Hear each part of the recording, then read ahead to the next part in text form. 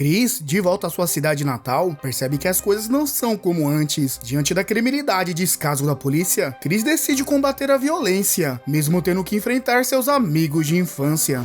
Olá, eu sou o Diogo e hoje recapitularemos o filme Com as Próprias Mãos, de 2004. Então deixa aquele like ilícito e vamos pro recap.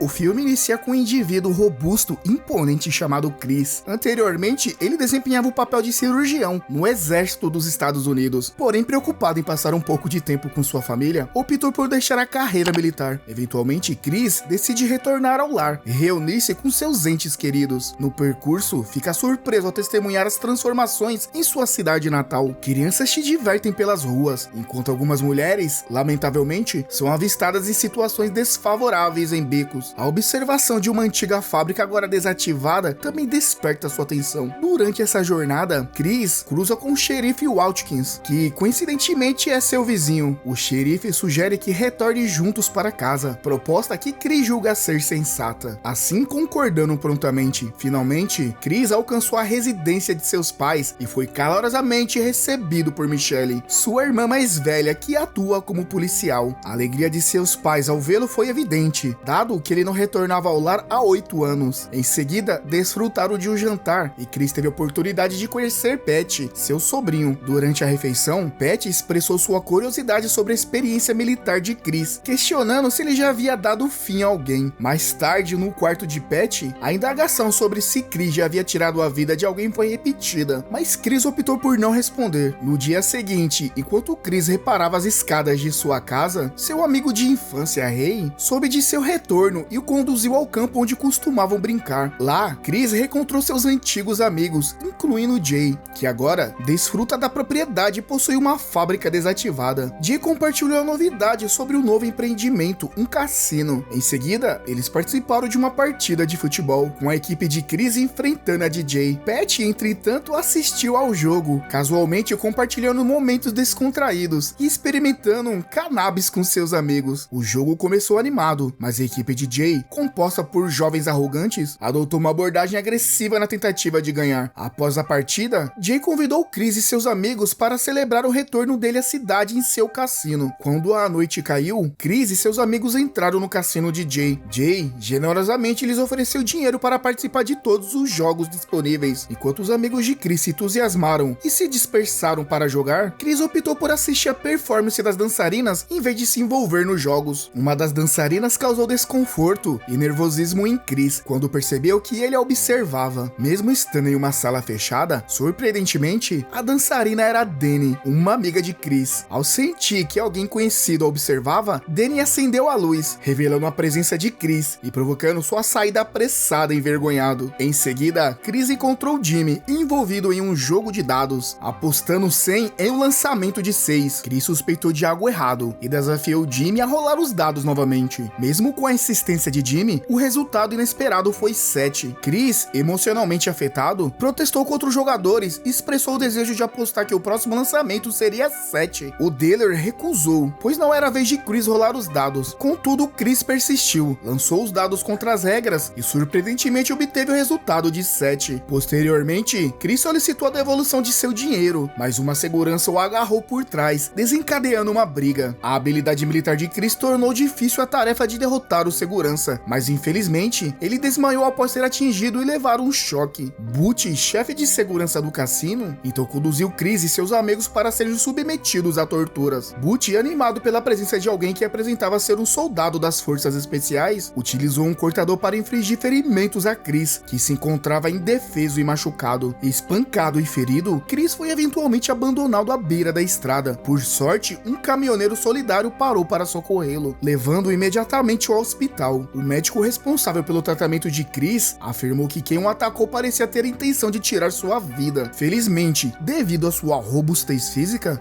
Chris recebeu a garantia de recuperação, uma perspectiva menos provável para uma pessoa comum diante de um ataque tão grave. Após alguns dias hospitalizado, Chris recebeu alta e retornou para casa, acompanhado por Ray. No entanto, sua mobilidade estava limitada devido aos pontos recentes. Com o tempo, sua saúde se restabeleceu, permitindo-lhe retornar suas atividades cotidianas. Em determinado momento, Jay visitou a casa de Chris e expressou sinceras desculpas pelas ações de seus funcionários. anos. Ele informou que demitiu o trapaceiro e repreendeu o chefe da segurança. Apesar dos esforços de Jay, Chris, ainda magoado, mostrou-se indiferente. Jay então fez a proposta de Chris assumir o cargo de chefe de segurança em seu cassino, oferecendo-lhe uma quantia considerável de dinheiro. No entanto, movido por suas emoções, Chris recusou a oferta. Em vez disso, decidiu dirigir-se à delegacia para relatar o incidente do dia anterior. O xerife Watkins rejeitou a denúncia, declarando como caso encerrado, e alertou Chris sobre o risco de processos legais por parte do cassino. Essa situação deixou Chris ainda mais irritado. Incapaz de compreender o que estava acontecendo em sua própria cidade, determinado a agir, Chris informou ao xerife que não permitia que a situação continuasse e partiu decidido. No dia seguinte, Chris recebeu a notícia de que Pat tinha consumido substâncias ilícitas na casa de um amigo. Sem hesitar, ele se dirigiu imediatamente ao local. Ao chegar, Chris questionou Pat sobre a origem das drogas, e Pat admitiu tê-las obtido do segurança do cassino. Isso provocou uma profunda decepção em Chris, levando-o a decidir buscar uma arma em casa. Mais tarde, de volta ao cassino, Chris optou por não usar a arma, deixando-a no carro, mas em vez disso, pegou um bloco de madeira. Ao adentrar o cassino, ele iniciou um tumulto, subjugando seguranças e até quebrando o braço de um deles. A raiva de Chris era direcionada a Butch, responsável por seus ferimentos anteriores. Após liberar sua frustração, Chris deixou o cassino. No entanto, durante o percurso, a polícia iniciou uma perseguição e o prendeu. Na corte, onde estavam decidindo o destino de Chris, o cassino depôs primeiro. Eles agiram como se fossem vítimas inocentes, tentando culpar Chris por tudo. Quando chegou a vez de Chris se defender, ele teve que falar, pois seu advogado não foi de grande ajuda diante de todos na sala, incluindo os promotores, o juiz e a plateia. Chris contou a verdade sobre o que aconteceu e compartilhou seu plano. Se fosse considerado inocente, ele se candidataria a ser xerife e trabalharia para melhorar a problemática da cidade. Chris mostrou as lesões que sofreu dos seguranças do cassino ao promotor, ao público e à plateia. Após uma cuidadosa consideração, o promotor decidiu que Chris era inocente e se tornaria o xerife no próximo mandato. Ray visitou Butch e encontrou um pacote de drogas escondido em suas meias. Diante da recusa de Butch em admitir se havia mais drogas escondidas em outro lugar, Ray tomou a decisão de procurar no carro de Butch, que estava na oficina de concertos. Sem hesitar, Ray e Chris realizaram uma busca minuciosa no veículo de Butch. Infelizmente, não encontraram mais drogas no carro. Butch ficou extremamente irritado com a revista em seu carro e alertou Chris e Ray sobre a possível retaliação por parte de seus amigos. Contudo, Chris desconsiderou as ameaças de Butch com confiança, deixando claro que não estava intimidado. Butch foi então levado para a delegacia, permanecendo sob custódia na esperança de que fornecesse informações relevantes. Preocupado com a segurança de sua família em casa, Chris pediu a Ray que cuidasse deles. Nesse momento, Chris decidiu passar a noite no escritório para manter um olho em Butch. Pouco depois da saída de Ray, Dana chegou com comida. No entanto, no dia seguinte, durante a verificação de Butch, o carro de patrulha de Chris explodiu repentinamente. A história atingiu um ponto crítico quando Chris percebeu que os homens de Jay foram responsáveis pela explosão de seu carro patrulha. Além disso, começaram a disparar contra o escritório de Chris, colocando em risco a vida de Butch, que estava detido lá. Sentindo-se pressionado, Chris invadiu seu próprio escritório para resgatá-lo. Ao chegar, deparou-se com Butch trancado em uma cela. Após alguma persuasão, Butch revelou que as drogas vinham de Jay, que produzia em sua fábrica fechada. No momento em que Chris estava prestes a abrir a cela, Butch foi surpreendentemente baleado por um de seus próprios amigos. Em seguida, Chris confrontou os homens de Jay um por um. A residência de Chris foi alvo de um ataque coordenado pelos homens de Jay. Ray, infelizmente, foi atingido, mas reagiu com determinação, enfrentando os agressores. Ray conseguiu ferir um dos homens de Jay e derrotar outro que tentou intervir. Chris se juntou à briga, assegurando a segurança de sua família. Depois de garantir a segurança da família, Chris decidiu aprofundar a investigação. Chris encontrou Jay à sua espera. Infelizmente, Chris caiu em uma armadilha, mas conseguiu levar Jay consigo. Ambos caíram de uma altura, resultando em uma lesão na perna de Chris. Quando Jay tentou persegui-lo, Chris escapou para a floresta, onde a luta culminou. Usando a pouca força que restava, Chris encontrou blocos de madeira que se tornaram sua principal arma. Mesmo enfrentando Jay armado com um machado, Chris conseguiu derrotá-lo, apesar de se ferir na perna durante o processo. No desfecho, Chris e Ray assumiram o controle do cassino de Jay, reabrindo a fábrica de madeira e proporcionando empregos à comunidade, terminando assim a história.